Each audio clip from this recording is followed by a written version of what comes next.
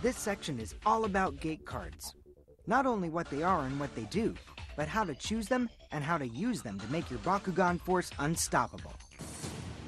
Gate card set!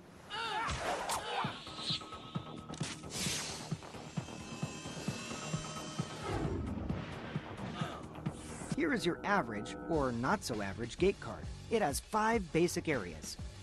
First is the artwork. Sometimes it gives you a hint as to which attribute will benefit most from that gate card. Second is the name on the card, which appears on the right. Third is the frame color. Gate cards come in 3 frame colors: silver, copper, and gold. Remember, you need to have one of each color in your force when you play a game of Bakugan. The fourth element of your gate card is the gate attribute bonuses lined up on the left-hand side. Remember, the gate attribute bonus corresponds to the Bakugan that are being played. For instance, on this gold Lone Wolf gate card, Pyrus would get an attribute bonus of 50 and a Subterra would get an attribute bonus of 70. The fifth and probably most interesting element of the gate card is the text box at the bottom of the card. The instructions in the text box take effect right when they are turned over at the start of every battle. And remember, whatever the text on the card says overrules any of the regular rules of the game. Let's go through the different framed colored cards to see which ones are best for you and some clever ways you can play them to help you become a Bakugan master. Let's start with the silver framed gate cards. They are probably the easiest to play because most of them don't even have text. So when you're choosing a gate card, select those that give you the highest attribute bonus for that Bakugan you have. For instance, the Flare's gate card has a really nice gate attribute bonus of 180 for Pyrus Bakugan.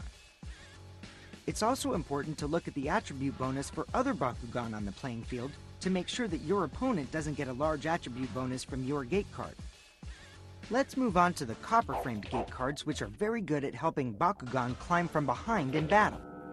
This gate card is called Tricky Gate, and when you read the text box at the bottom, it says that the Bakugan with the lowest G power wins the battle. You can see how this might help a guy out. Now, check this one out, the G power exchange. Just like the name, the text on the bottom says the Bakugan have their printed G power swap. That certainly changes things, doesn't it?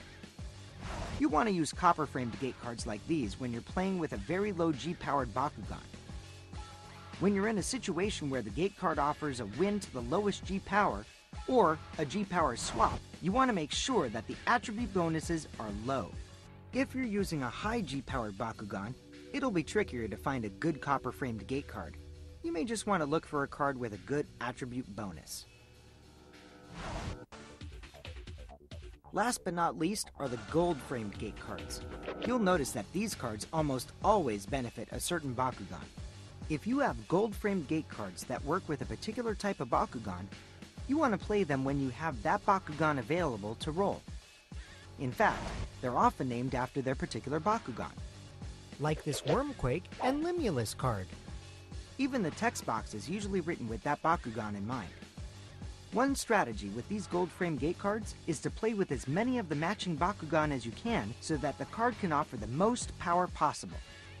Taking that one step further, if you choose one of the gold gate cards that calls out a specific Bakugan, like Limulus here, why not use more than one Limulus Bakugan in your force? This way you're much more likely to fight over that gate card with a Limulus.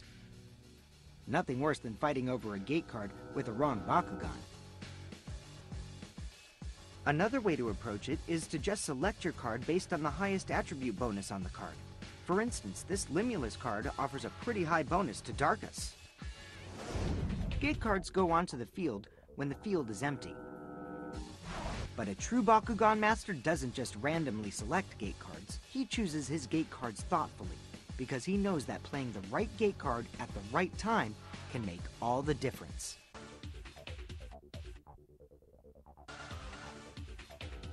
Things to think about when playing your gate cards.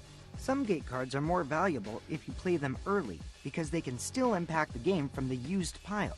Some of these gate cards affect the player with the most gate cards in his used pile, or the least ability cards in his used pile, or some other condition in the game. Make sure you save these cards for a moment when you know one of these conditions exist in your favor.